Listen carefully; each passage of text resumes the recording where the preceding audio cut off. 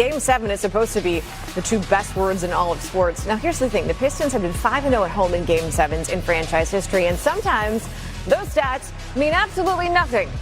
Cavs already up. Donovan Mitchell hits that three, makes it a 9-point lead. Final seconds of the quarter, Mitchell again. How many threes did he make in this game? 2. Them's it. Right there. Didn't need him to make. I was getting ready to say, didn't need anymore. Cavs up 31-22 at the end of the first. Now in the second quarter, Mitchell driving, finds Evan Mobley to make it a 10-point lead. Then a couple of minutes later, Cavs up comfortably. James Harden to Jarrett Allen at the rim. Cavs up 16. They absolutely dominated in the paint. They outscored the Pistons by 24. 5 to play in the second quarter. It's always fun when somebody unexpected steps up. How about Sam Merrill knocking down that three? 15 points in the first half. Reminder, off the bench. Cavs at 15 after the free throw. Mitchell now driving, dishing. Allen for that one. The Cavs had 18 assists in the first half. The Pistons had 16 field goals. Is that bad? Cavs were up 64-47 at the break. Now we go to the third, because that's how this works. Cavs up 17. Allen off the screen, coming in hot. Make it a 19-point lead. Then more Merrill. He had 15 in the first half to finish with 23. That right there makes it a 19-point lead for the Cavs. Then more Mitchell, because why not? Cavs up 90-69. The largest lead in this game was 35. It's only 23 there. Mitchell, 26 points. Cavs were up 99-73 at the end of the third. Guess what? No changes in the fourth. No notes for the Cavs. In fact, this lead was so big in a Game 7 in Detroit, Pistons fans were like, we are out of here. They started filing out early. The fourth was really not necessary. Cavs win. They hand the Pistons their first Game 7 loss at home in franchise history, 125-94. And again, they had never lost a Game 7 on their home court before this one.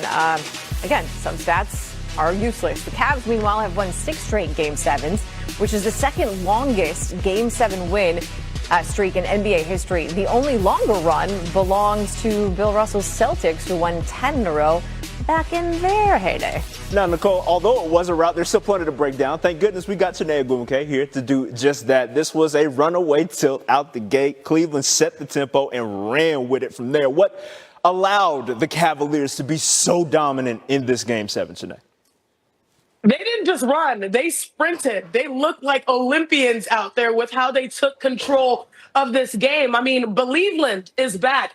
The best sign of Cleveland's health is the production of their post players. When Allen and Mobley are thriving, Cleveland is in peak form. And let's focus on Evan Mobley because he is truly their X factor. Let's break it down here because when he's creating off the dribble, this is always a great sign. He has good synergy with Donovan Mitchell. Here it's a slam dribble handoff. But what I like is how aggressive he is downhill. Watch his hands. He's going to point and say, hey, throw it up there so I can finish. This is a team that plays with authority when they win. They dunk the ball so many times, their post players. That's good offense. Again, you're going to see how great he is moving without the basketball. If you sleep on the backside, I'm going to teach.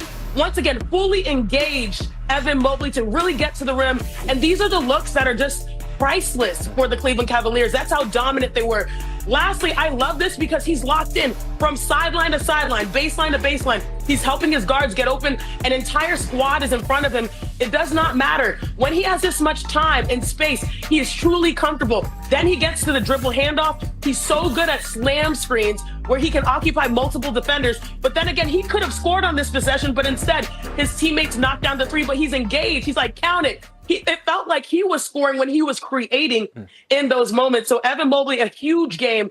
You think about 21 points, 12 rebounds, but most importantly, the 6 assists. When he is creating through his dribbling, through his scoring, through his aggression, this is the best version of the Cleveland Cavaliers. Well, real quick for the folks at home, we will have full post-game coverage. We will hear from both players and coaches at the podium in moments. Just stick with us here on SportsCenter. But you sort of posing Evan Mobley as the Karl Anthony Towns within that offense. He's coupled with a Jarrett Allen who plays more of a Mitchell Robinson role. Speaking of the team that they'll end up playing here in the Eastern Conference Finals, I appreciate that kudos, but I would much rather you give the full breakdown and assessment of how this front court really does exude excellence every time they hit the floor.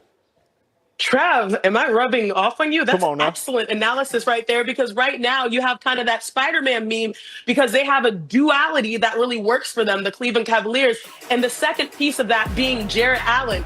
This man, we should start calling him Jarrett Game 7 Allen, because he had 22 and 19 in the first round versus the Raptors. And then what did he do today? 23 and 7. These are guys, a lot of people used to say, criticize him after last year. He's not strong enough. He's not tough enough. Well, guess what? He heard that criticism and responded with his game. He is playing with force. He's playing with authority. And most importantly, he's showing that the old school big, not just the hair, but in the game, the old school big still has a meaningful place in this NBA, coupled with the versatility of Evan Mobley. I love their front court. So we got Game 7, Jarrett Allen. We also had Black History Month, Jarrett Allen. That was a special creature as well. Just look those numbers up in February if you want to. But right now, we're going to check in with JB Bickerstaff. He was at the podium after the loss for the Pistons.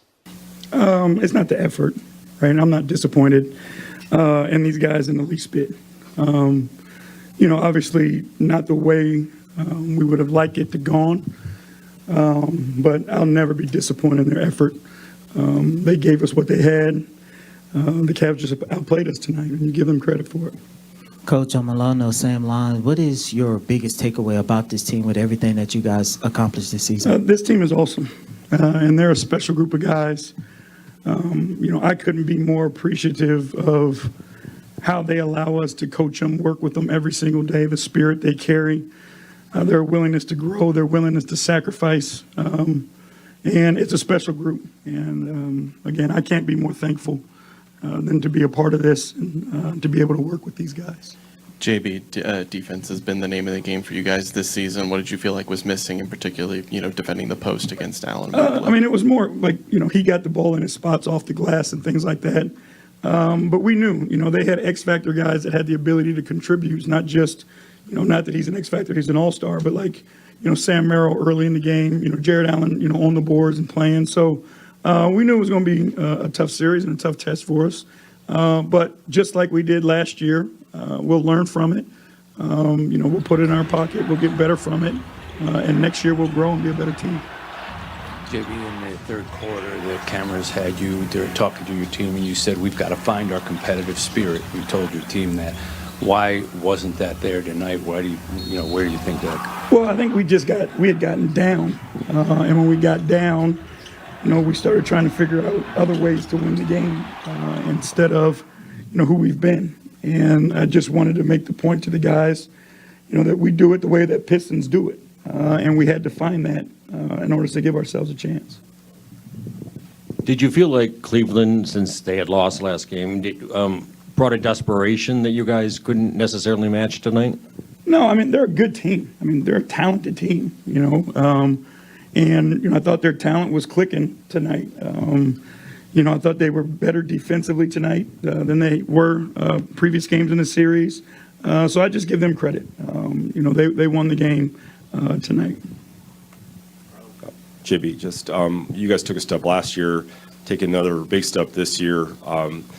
Playing at home, Game 7, especially what you just done in Cleveland, how big of a disappointment? It's not a disappointment at all. I'm not ever will I be disappointed in these guys. These guys every single day give us what they got. So it is not a disappointment. It's a loss, and it's a tough loss. But that adjective will never be used this group. It's not. I'm not saying in the guys necessarily, but the season as a whole, and also I'm sure you had higher expectations. Falling far short of that, I guess, is that. I don't think we fell short of anything, and I don't like the direction of your question. I'll be honest with you. These guys have improved massively and done a great job. Anything other than positivity towards this group, is unacceptable. The turnaround from where we've come from, what these guys have been willing to do. Yeah, everybody wants to win a championship every year. But, how much did you grow? How much did you improve? Did you sacrifice for the greater good of the team? Our guys did that collectively every single day, and we got better. We put ourselves in position to be here. So there's nothing disappointing about, this group and the outcome of this. Considering just the level of growth you help foster here, what are some of the things you're most, excited to kind of take forward in the next season and continue growing. Well, I mean, it's the guys' ability and willingness to grow, right? Their willingness to be coached, to be able to look in the mirror, honestly see themselves in areas they can improve, and then the willingness to go put the time and the work in to get it done. JB, is it a safe assumption to say that maybe this team just ran out of gas? I mean, you had 2 long series. You had to really dig deep, desperation in a couple of games to survive and advance. I mean, we again, what we've done throughout this playoff series and throughout this season, again, was remarkable, right? To be down 3-1, learn from it as quickly as we did, be able to come back and then take a team, as good as the Cavs to 7 games. Again, would we have preferred the other outcome? Yes, but